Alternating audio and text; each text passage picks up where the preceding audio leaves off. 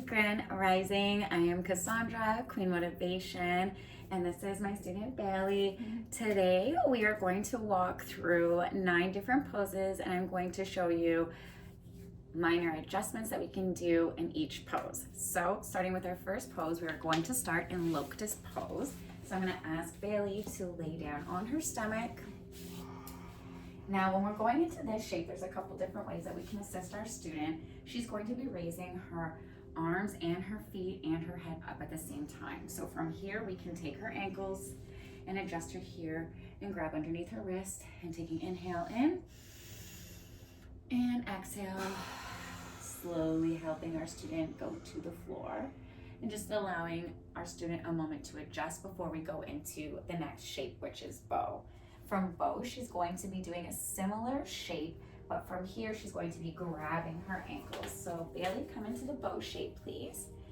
From here, we can assist and adjust by placing her ankles and knees between our ankles. And again, grabbing underneath the wrists and pulling back.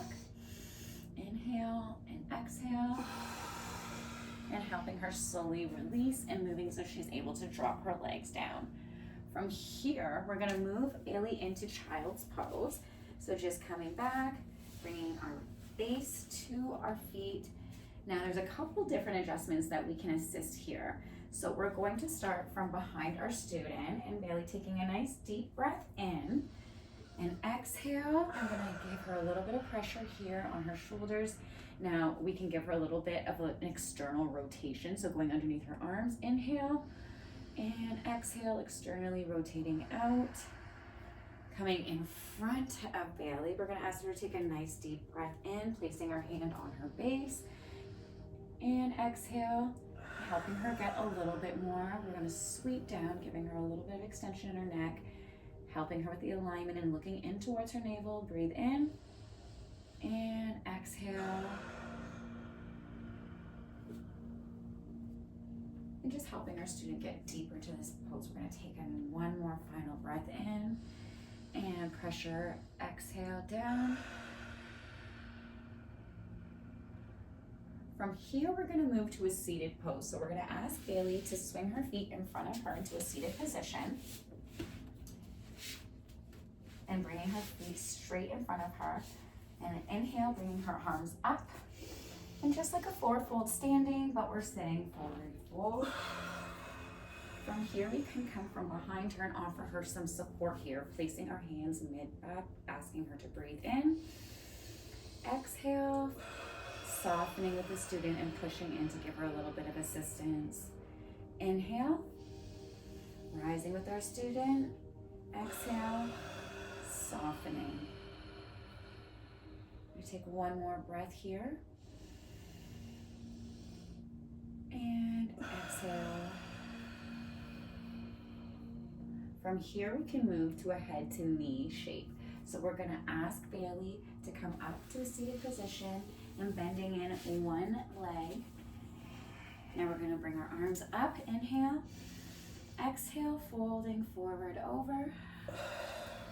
There's a couple different adjustments that we're able to do here. We're gonna start one by placing our foot on the crease of our student's hip, breathing in, exhale, hand on shoulder, and helping them get a little bit deeper here. With our free hand, we can place our hand under the hip and breathing in, and pull back for an external rotation, exhale, and pushing forward onto the shoulder. Here we're creating a base and an anchor with our foot to get them back to the ground, and helping them externally rotate and fold forward into this shape. Take one more breath in. And exhale, slowly release and assist your student coming back up. Taking a breath in and helping with an external rotation of the shoulder. From here, we're gonna go to a bound angle pose. So we're going to ask her to meet the soles of her feet together, bringing her feet in. Now there's a couple different assistants that we're able to use by bringing in a block. And we can place a block and give it to our student to place between their feet and also on each side of the knee if their knees aren't able to reach the floor. Now, in this bound ankle pose, it's very similar to our forward bend. We are going to soften with our student. So breathing in and forward folding into the bound ankle pose. We're going to place our hands on the back of the student and we're going to soften with each breath. Now inhale and apply pressure on the exhale. Inhale and exhale. One more breath. Inhale and exhale. We can come around and removing the blocks, taking a nice breath in and coming back up to a seated position. From here, we're going to move to happy baby. So we are going to ask our student to come down onto their back. And from here, we're going to ask our student to bring her feet upwards, having her soles of the feet face the sky. We are going to place our hands, this is a little bit closer with the students, so you can start further back, placing your hands on the soles of the feet and pushing downwards and taking a breath in. And help them rock side to side just to release any tension. And allowing them to just drop their shoulders onto the mat and allow you to be the one to apply the pressure and just assist here. Happy baby position, nice breath in. And release. Bringing them to center, we're going to apply pressure and push down. And release. Letting your student come out of the pose, you're going to move out of the way. Inhale, exhale. And allowing your student a moment to rest, but we're going to prepare Bailey to go into bridge pose. So from here, as she is laying down, she's going to, bring your knees up. Now from this position, she wants to keep her shoulders on the ground. So before we get started into this position, we can come from behind her to do a head lift and adjust her neck. Also coming from behind on her arms, making sure her arms are on the ground. Put your thumbs behind the trapezoid and do an external rotation, giving her a little bit of a release. And preparing, she's going to push up into a bridge pose.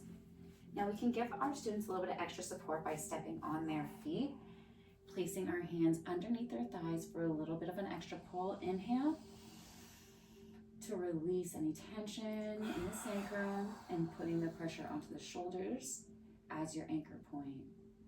Inhale and exhale. One more breath in bridge, helping our student exhale and slowly release, bringing our base back to the floor, and we're going to straighten our legs to go into our final position of Shavasana. Now in this position, there's a little bit of assistance that we can do to adjust our student here. Coming to the behind the student at their head, we're able to adjust with a little bit of an alignment in their neck, doing a little bit here, just adjustments, pulling up forward, and again going into the shoulders, behind the arms, making sure our students' shoulders are relaxed and away from the ears. Another adjustment that we can do in Shavasana is coming behind our student to the base of their feet and coming down to their ankles. And with the permission of our student, we can do a little bit of a hip release. And we're just going to slowly grab under their ankles and rise up and pull their ankles here and just do a little bit of a sway back to forward. Just releasing any tension they may be holding in their hips, swaying side to side, and just pulling upwards. And you can even pull backwards and lean backwards to release any tension in their lower back, and slowly release and bring your students' feet back to the floor, giving them a moment to relax in Shavasana. Another adjustment that we can also do in Shavasana when we're doing a neck alignment, starting at the shoulders, coming from the back of their neck, aligning, and bringing the base of our thumbs to the center of their head, slowly pushing back to the crown to release any pressure.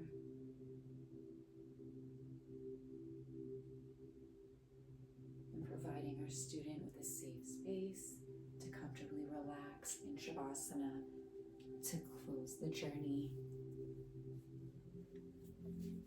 and close the session. Namaste.